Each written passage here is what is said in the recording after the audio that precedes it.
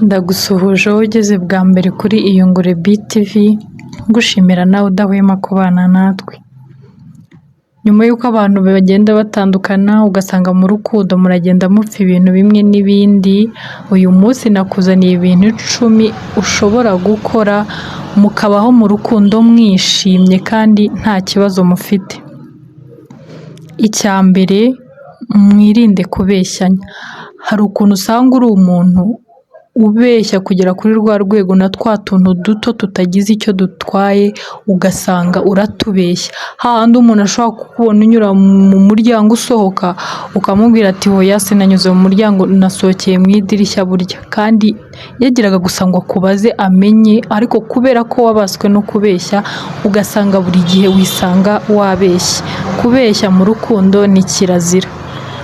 Kabiri, mukundane by'ukuri. Niba n'inshuti yawe cyangwa umukunzi wawe niba akubwira ati ndagukunda nawe ukamubwira ati ndagukunda, mu biminingi mukundane bya bindi nyine mushaka, mureke kujya hirya no hino, ahubwo mukundane kuko n'ubundi ni urukundo rwabahuje. Gatatu, kuganira mubigire umusingi wa mbere. Mu kuganira n'umuntu nibwo umenya buri kimwe cyose kuri we, uko uvuga, uko utanga ibitekerezo byawe, uko uvuga ibikurimo nyine umuntu agenda kumenya. Utaganiriye n'umuntu ntushobora kumenya ikimurimo, ntushobora no kumumenya. Ariko iyo muganiriye ubabaye araruhuka nawe ukaruhuka, niba yishimye se mugasangira ibyo byishimo. Ibyo byose rero biva mu kuganira.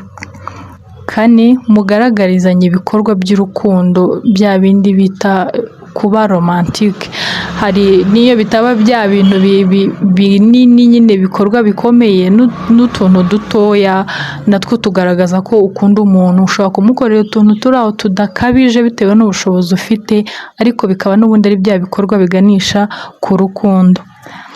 Kane, igihe mugize icyo mupfa cyangwa mutumvikanaho mubabarirane kandi mwibagirwe.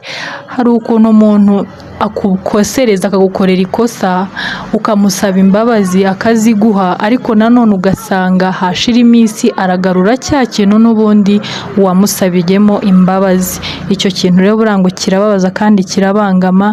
Niba ubabariye umuntu mubabarire. Gatandatu, ntimukajye mugira ibiganiro bivuga ku bantu batandukanye, abantu babanye nabi, inkundo zitameze neza. Ibyo biganiro burya ngo muzabyirinde. Karindwi, ntukabwire umukunzi wawe ko umeze neza kandi atari byo.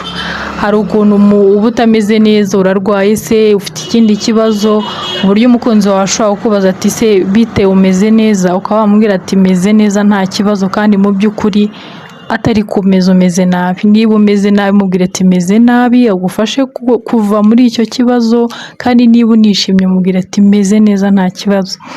8, ntimukajye mukunda kuvuga ku ba exes. Hari ukuntu iyo mugitangira gukundana nyine mukimenyana, hari ukuntu muba mushaka nyine kumenyana byimbitse, bikaba ngombwa ko muvuga ku bantu mwakundanye kugira ngo mubashe kumenyana, ariko ntabwo ari byiza ko mugenda mubagarura, burya ngo ibyo bintu byangiriza urukundo. 9, niba usabye imbabazi z'imininge, ni ukuvuga ngo hari igihe umuntu agusaba imbabazi asa naho yiyerurutsa cyangwa se akabikora kugira ngo agushimishe. Ibyo bintu ntabwo ari byiza. Saba imbabazi koko wumva ko izo mbabazi ugomba kuzisaba ko wakosheje. 10, ntukagereranya ahahise hawe naho uyu munsi. Hari ukuntu usanga uvuga ati kera bimeze gutya, nkibana na runaka twari tumeze gutya, kandi ubwo urabibwira umukunzi wawe. Ibyo bintu ntabwo ari byiza. Hahise turahigira, turahakurira, dukorera amakosa menshi, ariko uyu munsi wabaye undi muntu wundi. Ugomba rero kuviva n'uyu munsi urimo, ukishimira ibikorwa by'uyu munsi naho ugeze, kugira ngo urukundo rukomeze kuryoha. Wakoze cyane rero kubana nanjye. Nawe niba wakunze ikiganiro ntugende udakoze subscribe, ukande ku nzogera like kugira ngo tubane buri munsi. Bye bye, ndabakunda.